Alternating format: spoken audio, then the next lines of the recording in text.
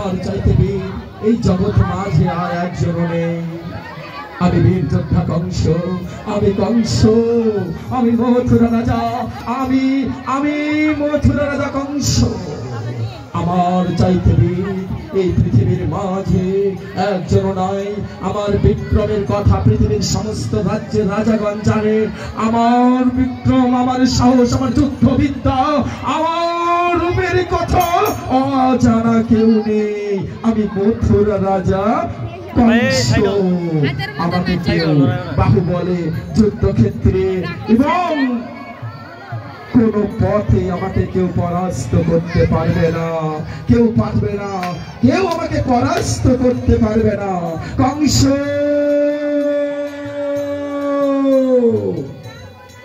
কংস,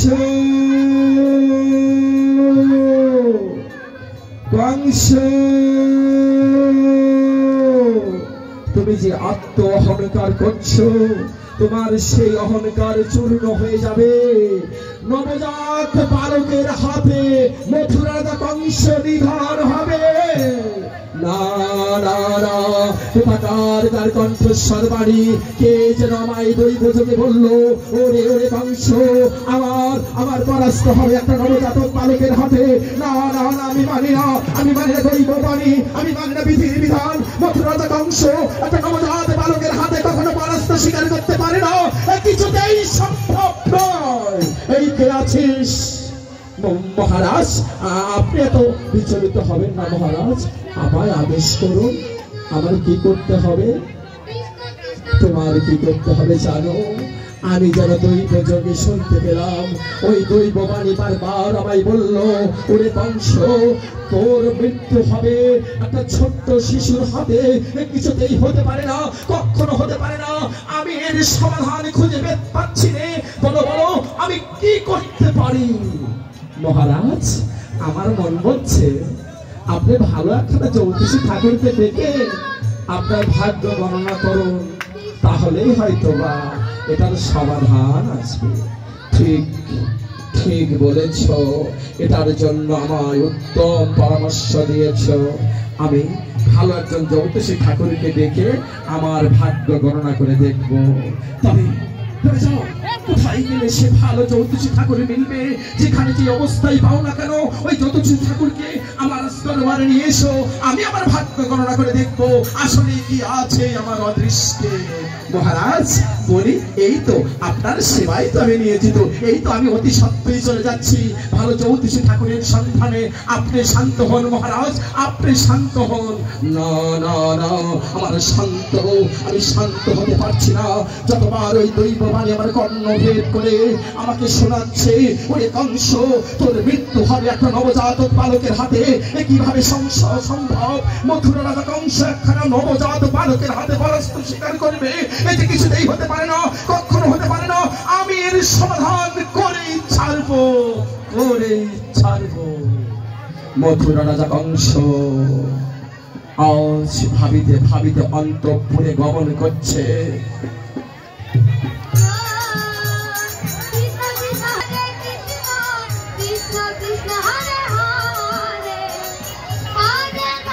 রাধে হরে কৃষ্ণ। হে ভগবান, হে গোবিন্দ, আমি মানুষের ভাগ্য গণনা করি।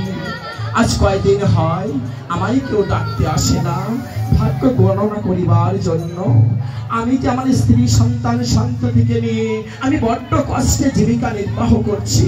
হে গোবিন্দ, তোমার নাম বাঞ্ছা কল্পতরু, তুমি না ভক্তের বাঞ্ছা পূর্ণ করো। গোবিন্দ হে, আমি তো কোনো কাজকর্ম করতে পারি না, কেবল তো মাত্র আমি মানুষের ভাগ্য গণনা করি। তাই তুমি কৃপা করো গোবিন্দ, আমি যে কোনো কাজ পারি না গোবিন্দ।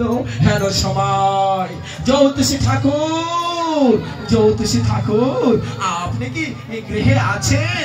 জ্যোতিষী ঠাকুর, ও জ্যোতিষী ঠাকুর। কে বাবা, কে আমায় ডাকছে? দেখি দেখি, কে বাবা তুমি? আরে আমায় চিনতে পারছেন না? আমি মথুরা রাজা কংসের বেতনভুক্ত কর্মচারী। তো কি মনে করে বাবা আমার নিকট? বলো বাবা, আমি কি মহারাজের নিকট কোনো অপরাধ করেছি? না না না না না, সেজন্য নয়। আমি শুনতে পেলাম আপনি নাকি ভালো ভাগ্য গণনা করতে পারেন, তাই মহারাজের আদেশ আপনাকে নিয়ে যেতে বলেছে। মহারাজ তার ভাগ্য গণনা করতে চায়, কি আছে তার অদৃষ্টে, তাই মহারাজ আমাকে ডেকেছি। হ্যাঁ, আর বিলম্ব নয়। হে রাধা মাধব, তোমার কৃপা হলো রাধা মাধব। এই তো আমি মহারাজের ভাগ্য গণনা করতে চললাম। সন্তান মেলেনি, এতক্ষণ পর্যন্ত জ্যোতিষী ঠাকুর আসছে না। যতক্ষণ পর্যন্ত আমি শুভ সংবাদটা না শুনতে পাচ্ছি, ততক্ষণ পর্যন্ত যে আমার হৃদয়ে শান্তি নেই, সুখ নেই, সুখ নেই। মহারাজ, মহারাজ, মহারাজ, এই তো আপনি আর টেনশন করবেন না মহারাজ। এই দেখুন আমি জ্যোতিষী ঠাকুরকে সঙ্গে করে নিয়ে এসেছি। মহারাজ বলুন আমায় কি করতে হবে? জ্যোতিষী ঠাকুর, আপনি ভালো করে আমার ভাগ্য গণনা করে দেখো, কি আছে আমার অদৃষ্টে।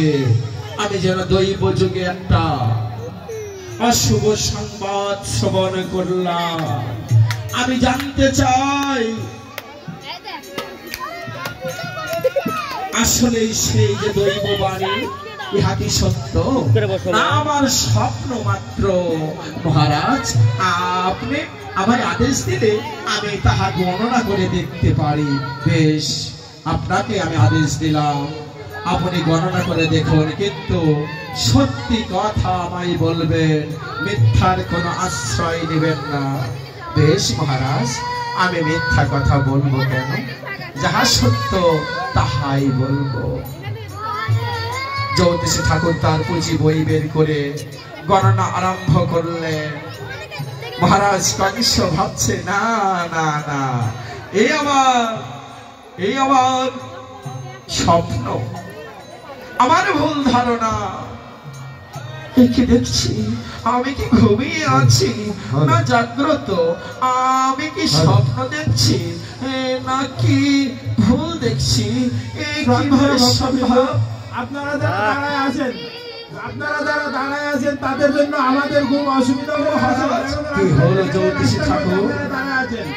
কি হলো জ্যোতিষী ঠাকুর? আপনি কাঁপছেন কেন? বলুন কি হয়েছে? তার জন্য আপনারা ওখান থেকে সরে আসুন। আপনাদেরকে অনুরোধ করে যাচ্ছে, আপনারা ওখান থেকে